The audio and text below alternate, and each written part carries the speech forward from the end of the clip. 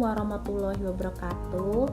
Perkenalkan, nama saya Ila Putri Fadila, NPM 2023031003. Saya akan mempresentasikan mata kuliah konsep dasar IPS yang materinya yaitu hakikat IPS dan struktur IPS. Di sini saya akan menjelaskan tentang struktur IPS dan rekan saya akan menjelaskan tentang hakikat IPS.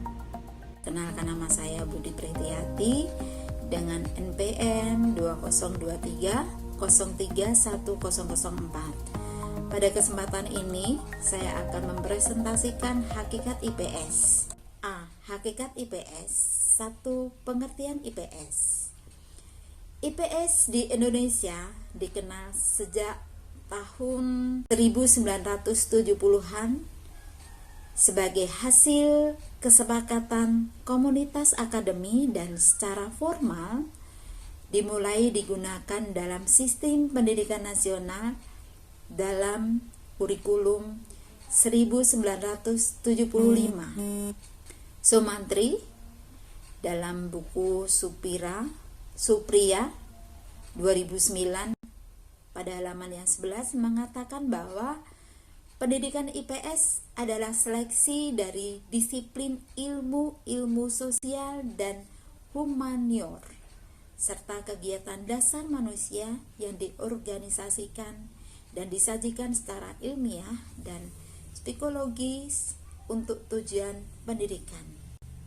Sejalan dengan pendapat di atas, menurut Jahri dan Makmum dalam Gunawan 2011 halaman yang ke-17 menyatakan bahwa IPS atau studi sosial konsep-konsepnya merupakan konsep pilihan dari berbagai ilmu lalu dipadukan dan diolah secara didaktis pedagogis sesuai dengan tingkat perkembangan siswa.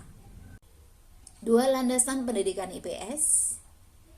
Pendidikan IPS sebagai mata pelajaran dan pendidikan disiplin ilmu seyogyanya memiliki landasan dalam perkembangan.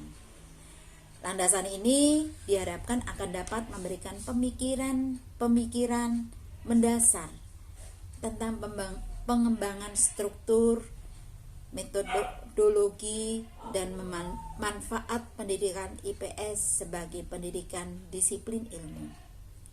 Menurut Supriyadi 2009 halaman yang 16, landasan pendidikan IPS sebagai pendidikan disiplin ilmu adalah sebagai berikut. 1. Landasan filosofis. 2. Landasan ideologis. 3. Landasan sosiologis. 4. Landasan antropologis. 5. Landasan kemanusiaan. 6. Landasan politis. 7. Landasan psikologis.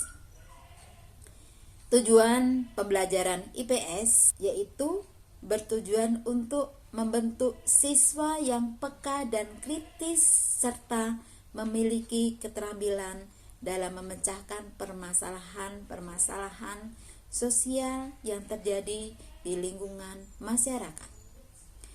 Hal ini senada dengan pendapat Trianto 2010 dalam halaman 176 yang menyatakan bahwa tujuan utama ilmu pengetahuan sosial ialah untuk mengembangkan potensi peserta didik agar peka terhadap masalah sosial yang terjadi di masyarakat, memiliki sikap mental positif terhadap perbaikan segala ketimpangan yang terjadi, dan terampil mengatasi setiap masalah yang terjadi sehari-hari, baik yang menimpa dirinya sendiri maupun yang menimpa masyarakat secara umum.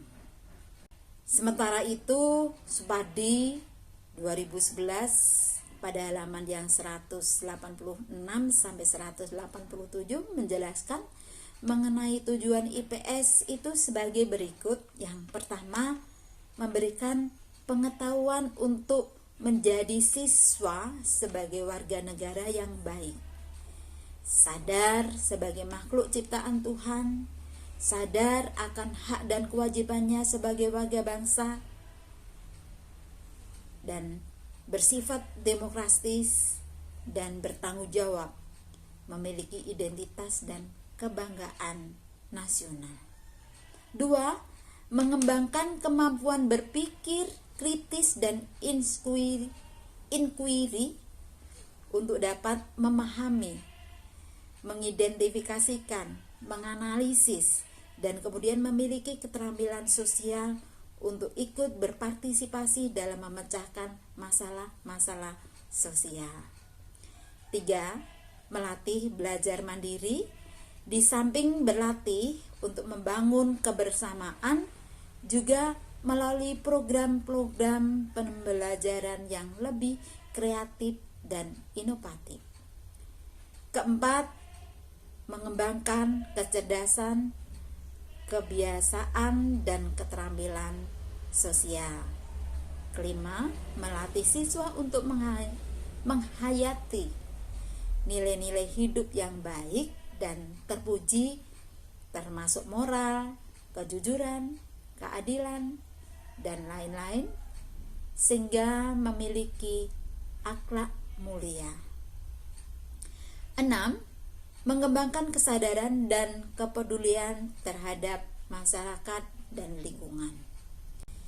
Dan yang keempat, rumusan lingkup yang keempat adalah ruang lingkup pembelajaran IPS. Adapun ruang lingkup dalam pembelajaran IPS menurut KTSP 2006 halaman yang 30 adalah meliputi beberapa aspek, yaitu manusia, tempat, dan lingkungan. 2. Waktu, keberlanjutan, dan perubahan. 3. Sistem sosial dan budaya. 4. Perilaku ekonomi dan kesejahteraan. Struktur IPS terdiri dari fakta, konsep, generalisasi, dan teori. Pemanfaatan fakta, konsep, generalisasi, dan teori dalam pengajaran IPS bukanlah suatu hal yang baru. Namun dalam proses belajar mengajar seringkali pengguna istilah ini kurang tepat. Bahkan para peserta didik juga sedikit masih bingung apa yang disebut dengan fakta, konsep, generalisasi, dan teori. Berikut ini saya akan menjelaskan apa itu fakta. Fakta dalam bahasa Latinnya disebut dengan factus. Fakta ialah suatu objek, peristiwa, atau kejadian yang pernah terjadi pada saat ini atau pada saat masa lampau. Fakta dihasilkan dari data yang diperoleh di lapangan dengan menggunakan penglihatan, pendengaran, lalu data diolah dengan prosedur tertentu sehingga dihasilkannya fakta. Fakta seringkali diyakini oleh orang banyak sebagai hal sebenarnya baik karena mengalami kenyataan-kenyataan dari dekat maupun karena orang tersebut melaporkan pengalaman orang lain yang sesungguhnya. Dalam istilah keilmuan, fakta adalah suatu hasil pengamatan yang objektif dan dapat dilakukan verifikasi oleh siapapun. Maka dari itu, mendefinisikan fakta tidaklah semudah yang sering diucapkan. Terdapat berbagai pendapat dan tafsiran tentang fakta. Namun, terdapat sejumlah ciri-ciri yang dapat menyatakan bahwa itu adalah fakta. Yang pertama adalah sifatnya khusus dan tidak bersifat general atau umum. Yang kedua adalah erat hubungannya dengan jawaban atas apa, siapa, kapan, di mana, dan dapat berupa benda-benda yang benar-benar ada atau peristiwa apa yang terjadi di masa lampau. Lalu selanjutnya dapat diuji kebenarannya secara empiris.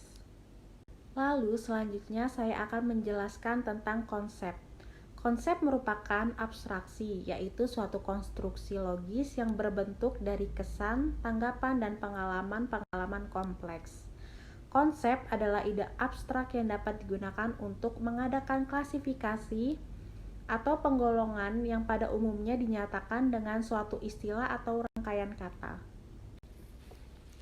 Konsep dilahirkan berdasarkan atas kesepakatan bersama untuk penamaannya dari sejumlah fakta yang memiliki keterkaitan dan merupakan alat intelektual yang membantu kegiatan berpikir dan mencocokkan masalah.